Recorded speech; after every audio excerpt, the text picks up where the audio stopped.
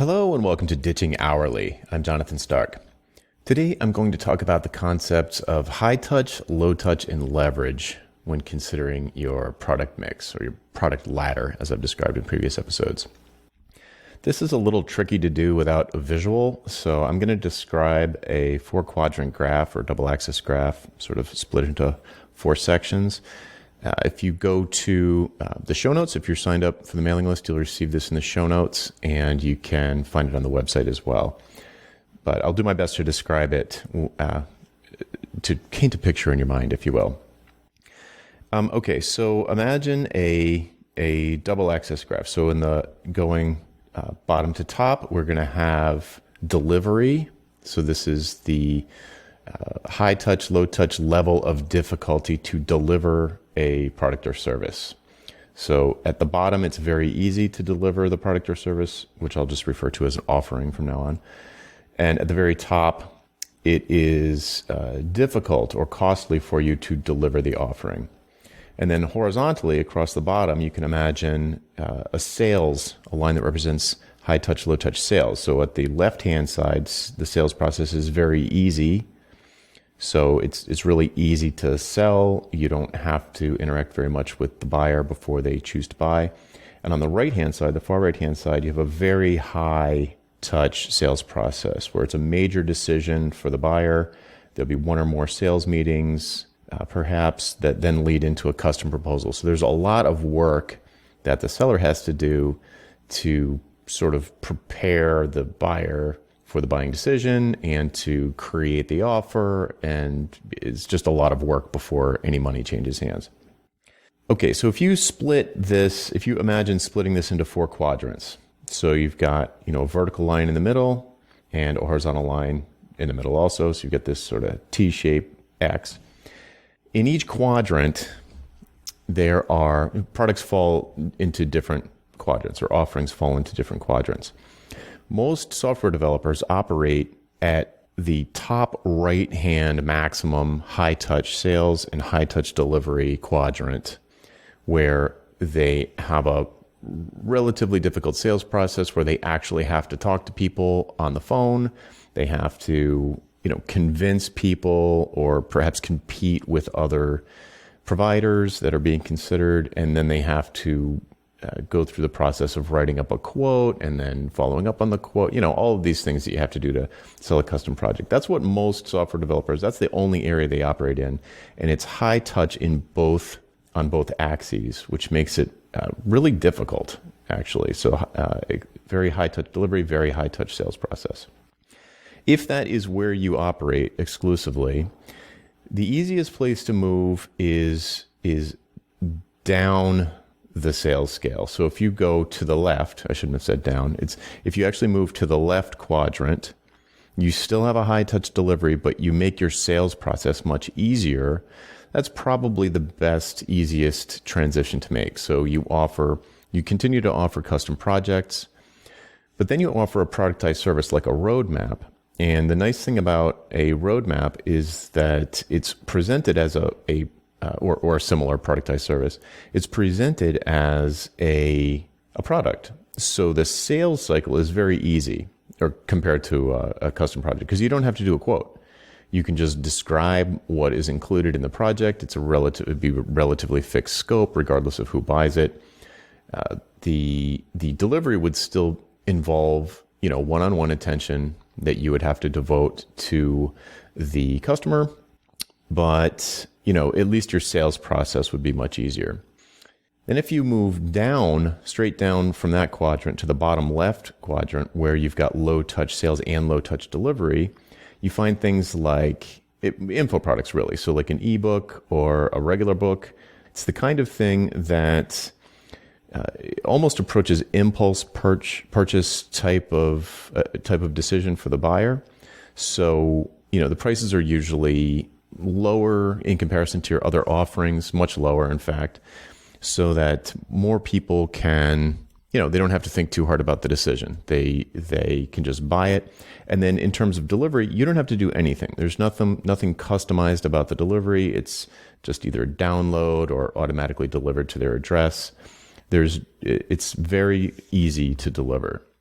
Okay, the last quadrant, the one that we haven't talked about yet, is the bottom right. That's sort of an advisory retainer kind of relationship, and this is attractive to lots of people, but because to be honest, I think it sounds like easy money to people. But it's the trickiest to navigate into, and I would almost recommend if you're currently operating in the top right quadrant doing custom projects, it's really hard to go straight to advisory retainer type relationships. It's much easier to sort of come around counterclockwise to go from a custom project then to a productized service like a roadmap. Then once you've got all the experience with how to sell a product in that sort of top left quadrant, it becomes easier to move down to the bottom left quadrant and start to sell things like ebooks or video courses based on your experience with a larger number of customers and getting exposed to more patterns in your industry, and you're able to focus down and really create a powerful focus for some sort of info product that you know is going to sell because you've been selling the sort of done for you versions in the top half of the graph. Now you can create a do-it-yourself version for the bottom left-hand quadrant. I think at that point, once you've got those three quadrants covered, you're going to have a ton of client exposure, and you're going to have you really have a body of work created at this point. You'll really be an expert at this point. And at that point, you can sort of move into the bottom right quadrant where you have this sort of advisory retainer, holy grail type of engagement. Because at that point, you've built up so much trust and you have so much experience doing what you do that you'll be strongly differentiated from anyone else who shares your discipline. I like to use medical analogies, so I'm going to kind of label each of these quadrants in a medical way. Let's start at the bottom left. So the bottom left quadrant is low touch sales, low touch delivery. And a medical example of this would be like a baby book, like Dr. Spock's, care and feeding of babies or whatever it's called, that like famous medical book. So it's a self-service thing that's relatively inexpensive, kind of an impulse purchase, and something that, there's no delivery cost, no sales cost really for the person who wrote the book.